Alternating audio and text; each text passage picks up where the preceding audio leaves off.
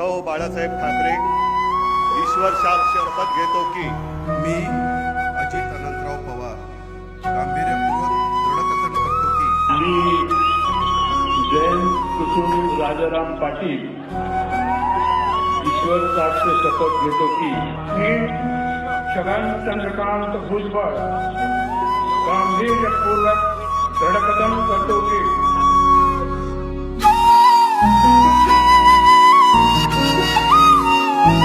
माझ्याकडे 3 एकर शेती आहे. आम्ही 58,450 रुपये कर्ज घेतला होता आणि मागच्या खरीप हंगामामध्ये आम्हाला पीक झालेलं नाही. त्यामुळे आज जे कर्जमाफी झालेलं आहे महात्मा ज्योतिराव फुले या शेतकरी कर्ज माफी अंतर्गत, तर त्या कर्जाच्या माफीमुळे आम्हाला आता समोर शेती करणे खूप भाग पडेल आणि समोर आमचं जे मुलाबाळांचे शिक्षण आणि शेती करणे सुयोग्य होईल. माझ्याकडे 20,000 रुपये कर्ज होते. ना कोणते कागदपत्र काहीच नसताना फक्त एक स्तंभ दिला आणि माझे कर्ज माफ झाले. खरंच हे सरकार खूप छान आहे.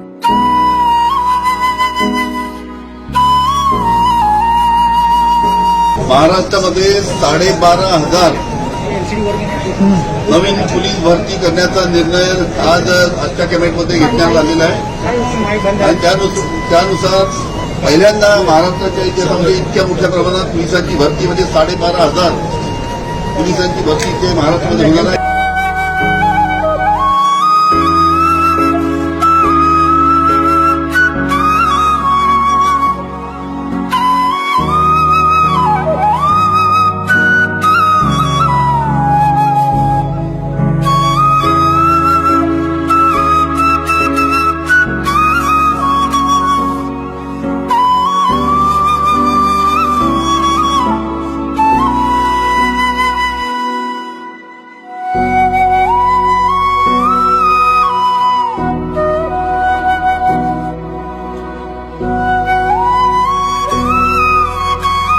क्रिटिकल पेशंट्सला दुरुस्त करण्याच्या दृष्टिकोनातून जर काही क्रिटिकल पेशंट्स झाले यामध्ये, जसं आपण म्हणतो की क्रिटिकलिटीची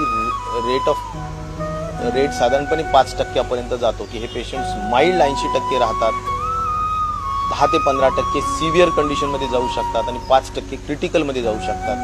तर त्यामध्ये मी एकच सांगेल की आपण तर 100% खर्च या सगळ्या रुग्णांचा महाराष्ट्र शासनाच्या वतीनं आणि इन्शुरन्स स्कीमच्या माध्यमातूनही करतो आहोत.